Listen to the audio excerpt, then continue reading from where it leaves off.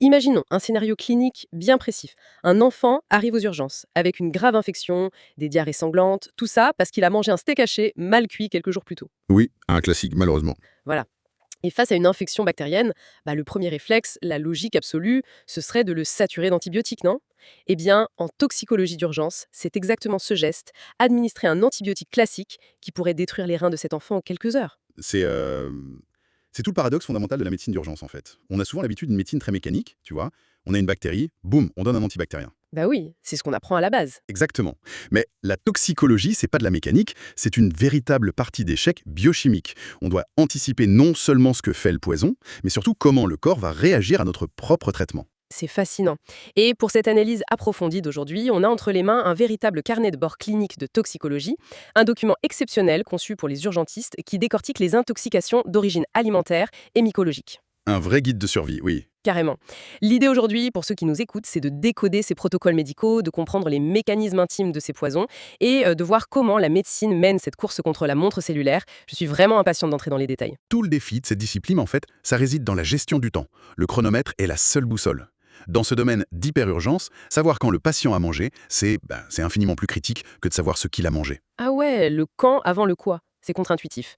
Bon, avant d'aller inspecter les champignons sauvages dans les sous-bois, commençons par ceux qui se trouvent déjà dans nos cuisines.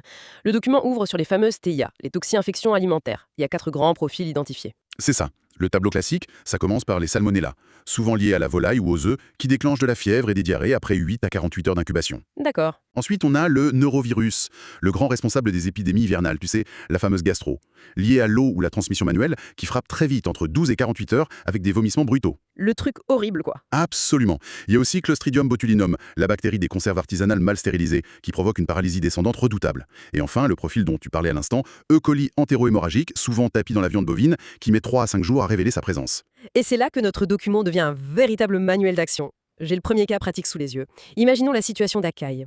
Le cas clinique dit, je lis, enfant, diarrhée sanglante, 3 jours après consommation de viande hachée mal cuite. Le scénario typique du barbecue qui tourne mal. Exactement.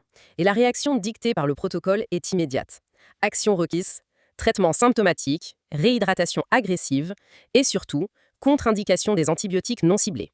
Puis l'orientation exigée, recherche E. coli au 107 urgente, risque de syndrome hémolytique urémique avec hospitalisation immédiate. C'est vital de comprendre le mécanisme derrière cette contre-indication des antibiotiques. Si on injecte un antibiotique à large spectre, la molécule va faire exploser la paroi de la bactérie E. coli. Ce qui a l'air d'être une bonne chose, non? En apparence seulement. Parce qu'en se désintégrant, cette bactérie relâche massivement à l'intérieur du sang des toxines redoutables, les fameuses chigatoxines. Ce sont ces chigatoxines qui vont littéralement déchiqueter les globules rouges et boucher les filtres des reins. Purée. Ça provoque ce fameux syndrome hémolytique et urémique. Donc, en croyant bien faire, on aggrave massivement l'intoxication. Donc en fait, détruire le coupable libère son arme chimique. C'est vertigineux. On ne peut que soutenir le corps en l'inondant de sérum physiologique en attendant un traitement ultra spécifique. C'est exactement ça, de la patience et du soutien. Bon, si on quitte nos cuisines pour s'aventurer en forêt, on entre dans la mycologie clinique. Et là, l'analyse montre une division stricte, une véritable frontière invisible fixée à 6 heures. En mycologie clinique, le cadran de la montre agit comme un véritable couperet, Ninjorel. C'est la règle d'or absolue.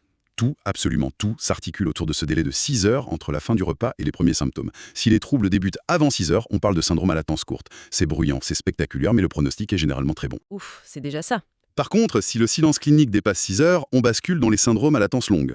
Et là, c'est une urgence vitale absolue, avec un risque massif de destruction hépatique ou rénale irréversible. D'accord, voyons concrètement l'accueil aux urgences. Le deuxième cas pratique dresse ce tableau, patient se présentant aux urgences suite à l'ingestion de champignons sauvages. Face à ce scénario aveugle, l'action, c'est un déploiement sécuritaire total. Le filet de sécurité maximum, oui. Je lis le bilan. Monitorage immédiat de la SpO2, de la fréquence respiratoire, de la pression artérielle, de la fréquence cardiaque et un ECG. Bilan sanguin lourd avec NFS, TP, TCA, bilan hépatique complet. Et la recherche impérative de l'heure d'ingestion. Orientation box de consultation, si tolérance hémodynamique bonne, ou SEUV immédiate en cas de signe de gravité. Cette fameuse SAUV, la salle d'accueil des urgences vitales, elle est mobilisée parce qu'on doit vérifier si les organes nobles comme le foie arrivent encore à coaguler le sang. Un foie qui s'arrête de fonctionner, il ne prévient pas tout de suite de l'extérieur. Ah, ça se voit pas sur le visage tout de suite. Non, pas du tout. C'est pour ça qu'on traque la moindre anomalie dans le bilan hépatique complet, ou la coagulation. D'accord, alors plongeons d'abord dans ces fameux syndromes à latence courte. Ceux qui sonnent l'alarme presque immédiatement, comme une alarme à incendie. Le premier décrit, c'est le syndrome résinoïdien. C'est le plus fréquent, de très loin. L'incubation est fulgurante, entre 20 minutes et 3 heures. Les coupables, ce sont des espèces comme l'agaric jaunissant, le bolet de Satan ou l'antholome livide. Ils contiennent en fait des résines extrêmement irritantes pour la muqueuse de l'estomac et de l'intestin. Ce qui donne, Ce qui déclenche des nausées, des crampes et des diarrhées très sévères. le document donne une application très claire. Troisième cas pratique, homme de 45 ans, diarrhée profuse et douleur abdominale 2 heures après un repas de bolet. L'action et la posologie recommandée sont rééquilibration hydroélectrolytique, spasphone en intraveineuse lente et pas d'antidiarrhéique. Orientation, surveillance simple et retour à domicile si régression totale. C'est la recommandation classique. Mais attends, c'est fou. Face à une diarrhée profuse, le réflexe de tout patient, ce serait de prendre un antidiarrhéique Symphonard. Pourquoi l'interdire formellement comme ça? Parce qu'il faut écouter la physiologie du corps. Ces diarrhées, c'est un mécanisme de défense. L'intestin tente d'expulser un poison de contact. Ah oui, il fait le ménage. Exactement. Si on donne un médicament qui paralyse le transit intestinal, on enferme la toxine à l'intérieur du tube digestif. Elle va continuer de brûler la muqueuse pendant des heures, voire passer dans le sang. Le traitement, c'est donc de laisser le corps se vider, tout en remplaçant l'eau et de calmer les spasmes. Très clair. On facilite la vidange en toute sécurité. Passons au deuxième grand syndrome rapide, le syndrome sudorien ou muscarinien. Là, la description clinique fait littéralement penser à un corps qui ouvre tous les robinets d'un coup. L'analogie est parfaite. La toxine ici, c'est la muscarine, qu'on trouve dans certains inocibes ou clitocibes. Elle se fixe sur les récepteurs du système parasympathique. En 5 minutes à 2 heures, le patient entre en hypersécrétion totale. Et ça ressemble à quoi visuellement? C'est le syndrome cholinergique, une hypersalivation massive, des sueurs qui trempent les vêtements en quelques minutes et des pupilles contractées en tête d'épingle. Mais le vrai danger, c'est la bradycardie, le cœur qui ralentit dangereusement, souvent couplé à un bronchospasme. Les poumons se remplissent de sécrétions. Ah ouais, la noyade de l'intérieur. Le quatrième cas d'application montre l'urgence. Femme de 60 ans en sueur profuse, hypersalivation et bradycardie, FC45, 30 minutes post-ingestion. Et là, boum, posologie de l'antidote. Atropine 0,5 à 1 mg en intraveineuse ou sous-cutanée. Orientation surveillance stricte sous scope ECG et on note un rétablissement spectaculaire. C'est magique l'atropine dans ces cas-là. Mais comment ça marche en fait? Comment ça inverse une telle cascade? Par un mécanisme de compétition moléculaire. L'atropine a une forme très similaire à la muscarine. Une fois injectée, elle fonce vers les mêmes récepteurs cellulaires et prend la place de la toxine, sans activer le récepteur. Comme un leurre. Voilà, c'est comme si on mettait un bout de ruban adhésif sur une serrure. La muscarine flotte autour mais ne peut plus entrer, et les symptômes s'arrêtent net. Le cœur repart presque instantanément. De la belle ingénierie biochimique, franchement. Bon, le syndrome suivant nous fait basculer de l'hypersécrétion à une tempête mentale, le syndrome myco-atropinien ou panthérinien, déclenché par les fameuses amanites TUM-VH. Ah, celle des contes de fées, avec le chapeau rouge à point blanc. C'est ça. Leurs toxines, l'acide ibothémique et le mucimol, franchissent la barrière du cerveau très vite, en 30 minutes à 3 heures. C'est un syndrome anticholinergique qui provoque une agitation folle. Le système nerveux central perd tous ses repères. On observe une ivresse très agressive, des délires hallucinatoires. Et contrairement au syndrome précédent, les pupilles sont immensément dilatées. Le cinquième cas concret est parlant. Jeune homme de 20 ans, délire hallucinatoire, agressivité, pupille dilatée en mydriase, 1 heure après ingestion. Là, l'approche est douce. Posologie, mise au repos et diazépam uniquement si agitation sévère. Orientation, évolution favorable sous 12 à 24 heures, au calme. J'imagine que surmédicaliser un cerveau déjà en court-circuit serait une erreur pire. Complètement. Le cerveau est plongé dans une cacophonie chimique temporaire. Si on rajoute des neuroleptiques lourds au hasard, on risque d'aggraver l'intoxication. Le silence, l'obscurité et le temps suffisent généralement. D'accord, on note aussi rapidement le syndrome narcotinien lié à la psilocybine, les fameux champignons hallucinogènes. Mais il y a un autre syndrome rapide avec une mécanique de ciblage absolument dingue, le syndrome coprinien. C'est un piège fascinant de la nature, ça. La toxine s'appelle la coprine, présente dans le coprin noir d'encre. Consommée seule, cette toxine est totalement inoffensive. Attends, inoffensive, ok. Alors, où est le problème? Le problème, c'est qu'elle se comporte exactement comme un médicament utilisé pour le sevrage alcoolique, l'antabuse. La coprine neutralise l'acétaldéhyde déshydrogénase, une enzyme clé de notre foie. Imagine le foie comme une usine de recyclage. La coprine sabote la machine chargée de détruire les déchets toxiques de l'alcool. Le 6e scénario clinique illustre ce sabotage. Je cite. Homme de 50 ans, bouffée de chaleur, érythème faciothorax et tachycardie après avoir bu un verre de vin. L'action du médecin est purement déductive. Champignons consommés 24 heures avant, traitement symptomatique. Et l'orientation est catégorique, interdiction stricte de toute consommation d'alcool pendant 2 semaines. Et c'est pas négociable. 2 semaines de blocage pour un champignon mangé la veille. Le corps est si lent à réparer cette usine. Oui, car la toxine a carrément détruit l'enzyme. Il faut donc que le foie synthétise de nouvelles enzymes de zéro. Sans ça, à la moindre goutte de vin, l'acétaldéhyde, un dérivé hautement toxique, s'accumule et provoque cette réaction violente. Incroyable. Et cette mécanique d'effet retardé, c'est la transition parfaite pour plonger dans l'abîme de ce carnet de bord. On quitte les réactions rapides pour aborder la menace absolue, le tueur silencieux. Les syndromes à latence de plus de 6 heures avec en tête le terrifiant syndrome phalloïdien. En quoi la longue latence est-elle un piège si redoutable? C'est la cause de 90% des décès en toxicologie mycologique. Le responsable, c'est l'amatoxine, présente dans l'amanite phalloïde ou la vireuse. C'est un poison furtif, d'une élégance cruelle. Pourquoi cruel? Une fois ingérée, l'amatoxine entre dans les cellules du foie et vient gripper l'ARN polymérase 2. Sans cette enzyme, la cellule ne peut plus transcrire son ADN ni fabriquer de protéines. Elle est fonctionnellement morte, mais elle ne s'effondre pas tout de suite. D'où cette phase silencieuse terrifiante de 10 à 12 heures. D'où le piège de la deuxième phase. Le 7e cas pratique met en garde de manière stricte, patiente présentant des diarrhées profuses en eau de riz, apparues 12 heures après une cueillette en forêt. Alerte, ne jamais confondre avec une simple gastroentérite virale. Orientation, hospitalisation immédiate et systématique, UHCD ou réanimation. C'est le point de bascule. Si on renvoie ce patient chez lui en pensant à une grippe intestinale, que se passe-t-il dans son corps? C'est un arrêt de mort, tout simplement. La diarrhée en eau de riz, ce sont les cellules de l'intestin qui se désagrègent. Mais au-delà de la 36e heure, les cellules du foie explosent en masse. Sans foie, l'organisme s'empoisonne avec ses propres déchets et nous coagule plus du sang. Pour éviter ça, le protocole sort l'artillerie lourde. Je lis l'application 8 avec les posologies, N-acétylcystéine, Flumicil, 150 mg kg sur 1 heure, puis 70 mg kg, et la silibinine, Légalon SIL, 20 mg kg jour. Orientation transfert en réanimation et contact avec un centre de transplantation hépatique. Comment la N-acétylcystéine peut sauver des cellules déjà compromises? Le but, c'est pas de sauver les cellules déjà touchées. C'est d'empêcher la toxine de détruire celles qui sont encore saines. L'amatoxine génère un stress oxydatif faramineux. La N-acétylcystéine permet au foie de fabriquer du glutathion, un antioxydant qui éponge les dégâts. Et la silibinine? La silibinine bloque physiquement les transporteurs à la surface des cellules hépatiques, empêchant l'amatoxine d'y entrer. C'est une guerre de tranchées pour préserver les 10 ou 20% de foie fonctionnels nécessaires pour survivre, en espérant éviter la greffe. C'est terrifiant. Et dire que l'amanite n'est pas la seule à prendre son temps. Il y a le syndrome gérométrien. Oui, lié aux fameuses fausses morilles. La latence est entre 6 et 12 heures.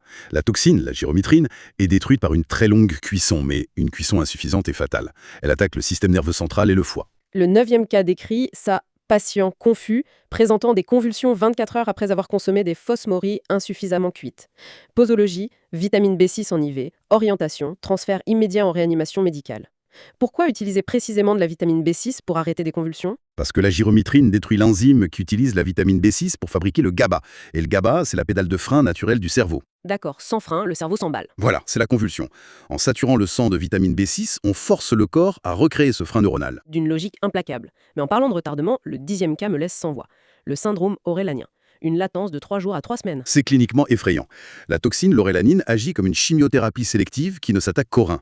Pendant 14 jours, le patient vit normalement, la toxine détruit les reins millimètre par millimètre. Quand les symptômes apparaissent, les reins sont déjà du tissu cicatriciel mort. Le cas numéro 10 est glaçant. Femme de 55 ans, douleur lombaire intense et anurie apparue 10 jours après consommation de champignons forestiers.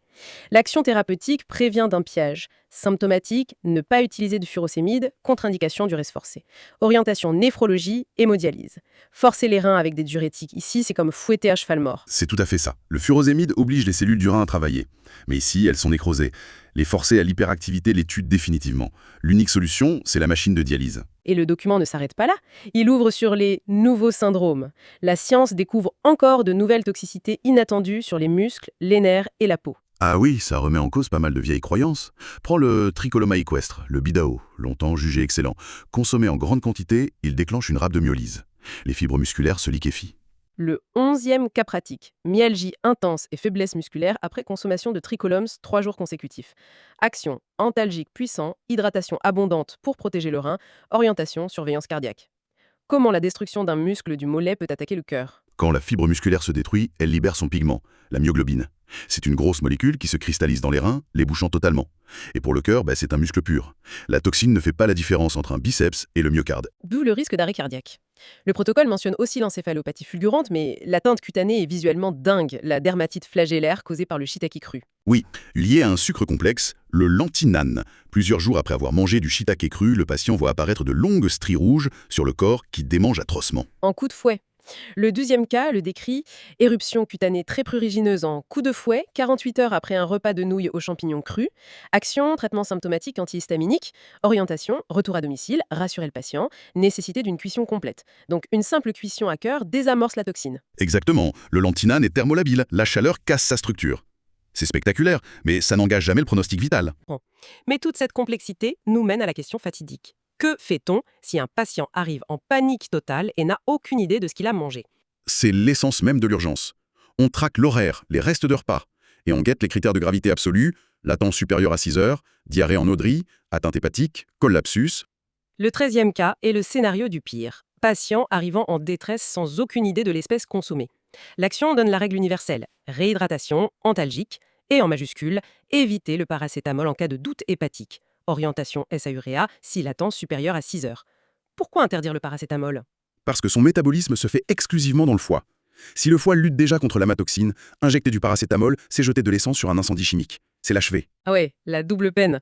Enfin, le carnet de bord se clôt sur un immense logigramme. Et tout en bas, le 14e et dernier encadré. Le rappel clinique majeur, le cheval de Troie toxique, l'intoxication mixte. Ah, ça c'est le cauchemar du médecin. Souvent les gens mélangent plusieurs espèces dans le même panier. Que se passe-t-il si un patient a mangé un champignon bénin à effet rapide et dans la même bouchée un fragment d'amanite phalloïde? La chronologie explose. Le cas final est glaçant. Diarrhée à 2 heures, suite au champignon bénin, accalmie trompeuse, puis reprise sévère à 36 heures avec ictère dû au champignon mortel. L'action souligne les symptômes précoces d'un champignon inoffensif peuvent masquer le délai d'incubation d'une amanite phalloïde. Et l'orientation? Toujours considérer l'intoxication phalloïdienne jusqu'à preuve du contraire si des symptômes tardifs apparaissent. Cette consigne, elle sauve des vies.